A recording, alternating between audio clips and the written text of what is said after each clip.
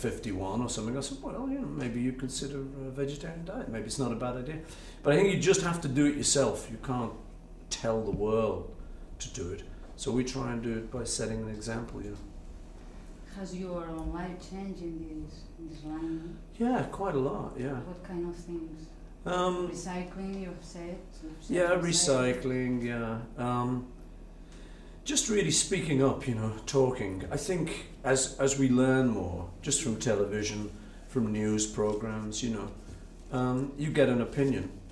And the government doesn't always listen to it, but I have an opinion on, you know, most things. There's too many things to discuss right now.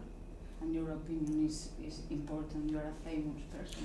Well, you know, I feel responsible because, you know, people do sometimes listen to me, like you know, they will listen to you if you're on television.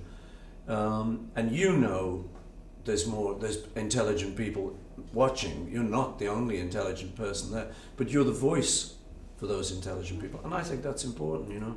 I think it's a good freedom. I think things like television and communication are what will change the world. Because, you know, for instance, you think about Russia when they had that Chernobyl, the nuclear explosion. Mm-hmm. In the old days, we would have never found out about it. But now they have television. And the minute we saw those pictures, we all knew. And the Russians couldn't say, what explosion? They had to say, yeah, we haven't. Or Ethiopia. When we saw those pictures coming back of the starving children, or Somalia, the government can't say, no, it's not true, it's, don't worry. We now see it for ourselves in our own houses. And I think that's what causes the change now. But do you think the world can survive? So, one moment, let me.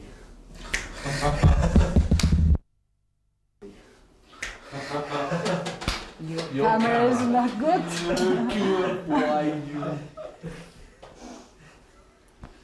But in a minute, my camera will be better than yours. Will be better than yours when I've refreshed after this refreshing pause. Okay, Magda, como ves? It's the same. It's in the same way. I don't know if you are repeating the same always, but and do you think the world can survive with the present rate of development, overuse, overexploitation, and the imbalance between West and Third World? I think, you know, that's the difficult problem. I say to people, if you solve the world's problems at the moment, what have we got? We've got war, AIDS, cancer. I mean, that's just 3, and there's many more. If you solve all of those, there's one problem that doesn't go away, which is overpopulation. More and more people on this little globe, you know. So I think we've got to look for new ways, and this is actually probably my most important reason for vegetarianism. Is people just think, oh, it's just a diet, but it actually feeds more people. You can feed 20 times the amount of people. And I think that in the next century will probably be the reason why people may go that way. That's my theory. I think, you know, you're going to have too many people. And but what people do is they take the grain that's grown in the fields and then feed it to a cow and then eat the cow. It's uneconomical. So I think that's a very good reason for vegetarianism. And people used to think it was terrible too, but I mean, we eat great. If you eat here, in our kitchen here, the catering, you eat like at a good restaurant. You know, things have changed. People understand much better now. In fact, I have on vegetarian shoes. Vegetarian? Yeah. Why? On the cover of my new album, these shoes. Paul is live. But they're, it's non-leather, you know. So things are changing. That's not leather, but it looks like it, huh? Yeah. Looks very good. Doc Martens. I don't know. But it's not leather, it's like some plastic or something, you know. Okay. So, you know, I think the world's changing anyway. Things are catching up. And new ideas are what will help. If we don't have any new ideas, we just have more of the old ideas and then we blow each other up. Huh? So, yeah, I'm optimistic. I think it's good, you know. I believe that people will get it together. I believe in young people. That's who I think will do it. You know, I think the old people are maybe a little too fixed in their ways, you know. Yeah. I'm talking like a young person. I'm not a young person, but you know what I mean. But I do think, you know, young people are interested in this because they will inherit the planet, you know, and we need to do something. So I think when I see people at the concerts here, there's a lot of this, you know, there's a lot of this, because I think they know what I'm saying and they understand. Come on, people, you know, let's get it together, you know. Then you live in a farm in Sussex with a family. You love living with a family, with Linda and your own children. But is this life compatible with a busy life of a rock star? Yeah, well, what it is, it's the balance. It's necessary. It is compatible, yeah. But it's necessary. What we do, like after a show like tonight, we'll fly back to England, and then we'll be home, wind down the windows, breathe the fresh air, you know, and relax for a day. Do nothing, just take it nice and easy in the countryside. And then we're okay, we can get back into the city and we can work. I think you need a balance. So we have it like that. And how do you get along with your own children? You understand? Very well. I mean, we are blessed as a family, really blessed, you know, touch wood, for good luck. Touch wood, yeah. But we're really very lucky, Linda and I, because we've got 4 kids, and they like to come with us when they can. You know, so sometimes they're at school. My boy's at school today, so he couldn't come. But he would like to come, you know. And they're really great kids. They're really great kids. And even some of the things that I expected to happen, that every parent expects to happen, you always think, we must grow apart. You know, the music tastes, they must get into something like I did with my parents. You know, my dad liked Chicago, Chicago. And we liked, you know, well, rock and roll and stuff, you know. But our kids like a lot of what I like. I mean, my son plays a little guitar. He's very into Jimi Hendrix. So that's easy for me. And these are little surprising things, you know, when you find there isn't a big generation gap. I mean, we can talk. I couldn't talk to my father about sex. No. No. No. I said, you know, as young dad, you know, what is this thing? Shouldn't you be having a talk with me? And he said, you see those dogs in the street? Yeah. He said, well, no, you would, no. And I couldn't get over it for years, you know. I thought, he means it. But it was his way of not talking about it. He was trying to give me a quick lesson, you know, but it put me off for years. But I can sit down with my kids and I can say, well, you know, this is this, and this is this, and this is what it's all about. Hopefully to give them some information so they don't go out in the world like, you know, and make a lot of mistakes. Because these days with AIDS out there, you've got to know what's going on. Huh? Change subject quickly. This is a family show. About Lennon.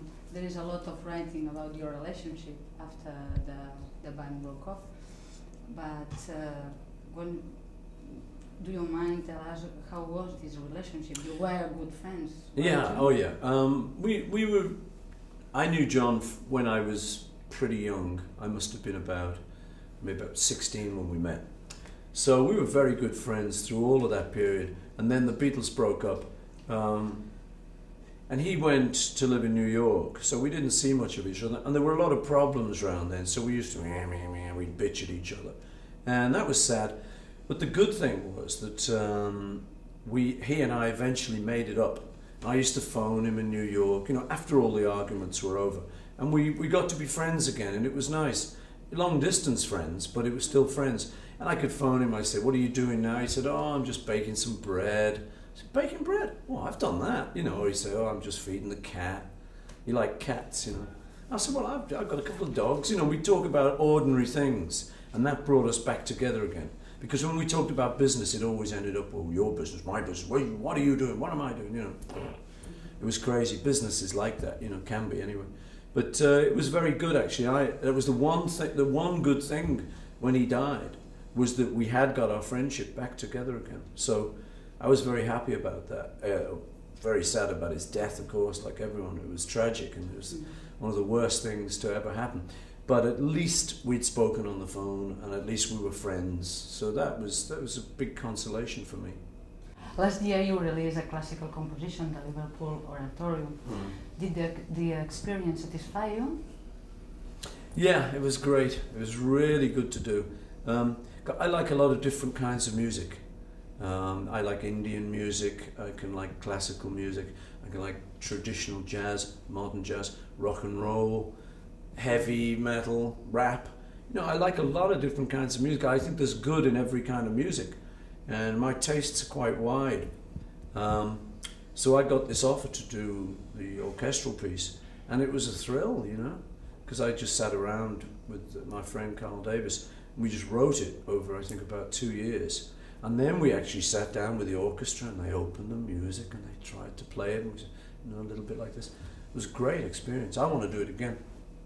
I'd like to do it again, but you know, I'd have to have some time. I think next year I'm going to find some time after the tour. But it was really wonderful to do because I worked with a slightly different kind of musician. You know, sort of what you call serious musicians. I mean, my musicians are pretty serious here, but that's classical. And it's very interesting, really good fun to do, and a different kind of sound for me. Little deeper, what you can get into, bigger, grander, you know, grandiose. And then when you're working with a violinist, for instance, I've only ever worked with guitar players, but you know, you can play the violin and get a little bit of this into it. So yeah, that was great. At the moment I'm writing some piano pieces that are in the same vein, but that's the oratorios for 300 people, just a big choir, big orchestra. These piano pieces are just one pianist. Classical. It's classical, yeah. So I hope to finish those next year. But it's good. I really like to do that. It's something I remember when I wrote Eleanor Rigby. I think I was mid-20s, and I was looking at the age of 30. You know how you do in your mid-20s. I don't know how old you are, but 36. 36. Oh, so you've done this. You look from your mid-20s. You think, I better be doing something grown-up by the time I'm 30. You know, I've got to do something sensible and serious. You know, it's okay having a laugh while you're young. And I thought, wow, you know, with Eleanor Rigby, it's slightly classical. The melody, classical orchestras use it and do it. I thought, I could be one of those guys with patches on the elbows and a sort of tweed suit and a pipe and writing music like that, you know. Well, I haven't got the jacket or the pipe, but I've got the music. Yeah, you know, it's becoming something very interesting to do, as well as performing, and maybe in the end, instead of performing, you know. Another question, the Liverpool Institute for Performing Arts. What are your hopes regarding this project? Well, the first hopes were to save the building, because you know it's the school where George Harrison and I went to, and it was falling down. The roof leaked, and so all the insides of it were it was going to fall down, and nobody was doing anything about it. So I just wanted to save the school. Number one, I just wanted to save the school. So we eventually came up with this idea of putting a performing arts thing there, and it's going very well. There's now a roof on the building. The building's getting fixed up now, and we're hoping to open in about 1995, maybe, you know. And it will be for people aged 18-ish. So after they finish school, really, finish their young school, they would come on like a college. And we would teach all the aspects of performing arts, like music. I might be able to teach a little bit there, you know, so that'd be interesting because I've never done that. So it'd be very interesting for me and hopefully for the students. And we'll have overseas students and local people. There'll be dance, which I won't be teaching. You'll be glad to know. I don't know. No. And there'll be theatre. But also we teach things like lighting, recording. So there's all those other jobs. You know, as someone said, to put one performer on stage, you need 30 other people for the lighting, for the management, for the production, for the recording, for all of this. And we're hoping to teach a lot of that. So I think the crossover between the artists and the artisans could be very interesting. Okay. You're getting signals to come. One more, please. So that's the last question. Then. Last question? Well, Beatles reunion and a message. What do you prefer? A message for people in Barcelona, for your Catalan fans? Both. Both? We make both questions. We don't listen. I have more. It's okay. No, we just put it to it'll hit me. Okay. So the Beatles reunion, what happened was that we're doing a TV series about the history of the Beatles, maybe 10 parts, and they're working on that now. And me, George and Ringo are helping them try and get the facts right. We're talking about it, and we do some new interviews for that. And then they go back over our career and say, you know, this was this is when they went